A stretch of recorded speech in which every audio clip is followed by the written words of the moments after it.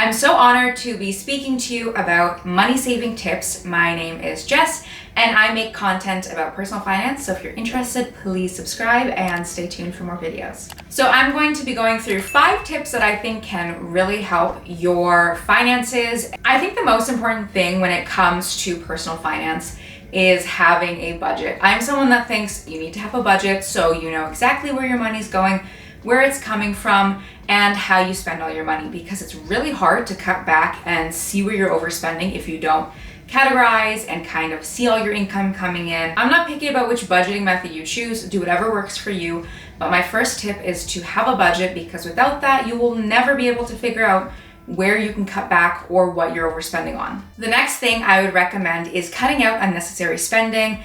This is also why a budget is super important, so you can categorize and kind of see what you're spending money on, where money is going, what subscriptions you have that you actually don't need. Sometimes we're subscribed to things and we have no idea where money is going to because we just don't categorize them and look at our budget monthly. Unnecessary spending is different for everyone. I can't tell you what's unnecessary. Like for me, I like to buy skincare and like hair care and things like that.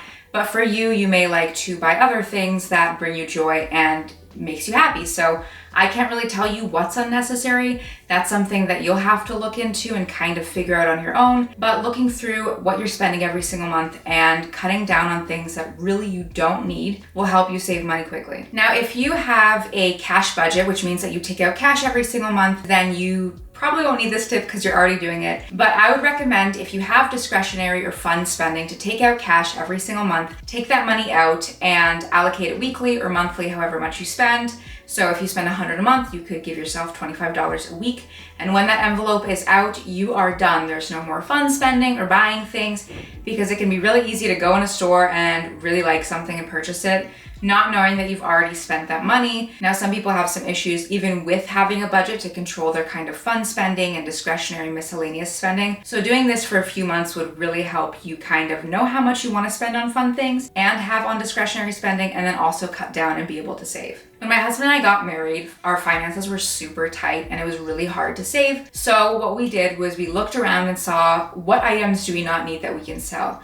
Now, this isn't something that you can necessarily do every single month, because eventually you will run out of valuable or interesting things to sell that kind of have monetary value still attached to them. But if you're really trying to save money, sell things that have value that you don't use anymore, it can be really tough to let go of things that have value to us, even if we're not using them. So kind of just be realistic with yourself and see, am I using these items? Do I need these items, or would I benefit more from selling them and getting the cash? Also, remember, when you're selling things, most likely you will not get 100% value on that item. If you buy something for $100, you'll be lucky to get $50 or even $30, unless it's something that's rare, but generally that's not the case. So just kind of make sure you have realistic expectations when you're selling things, and then be mindful going forward when you buy things as well. My last piece of advice for you in this video would be to limit impulse purchases.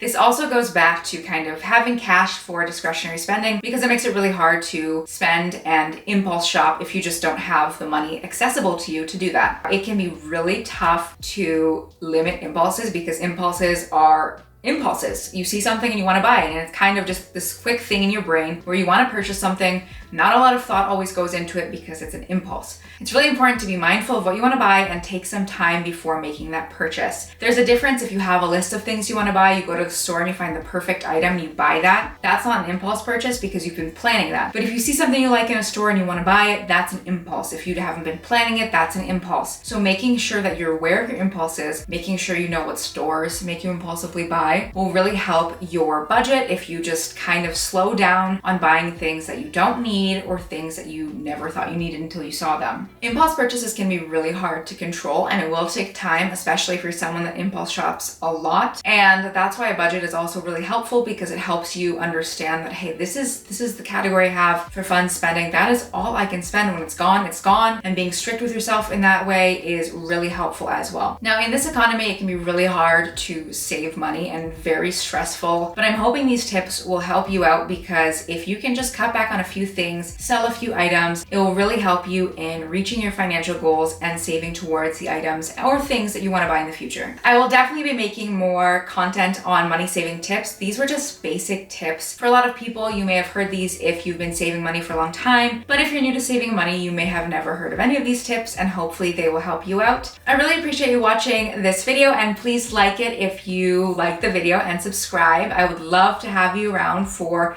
future finance content videos I plan on putting out.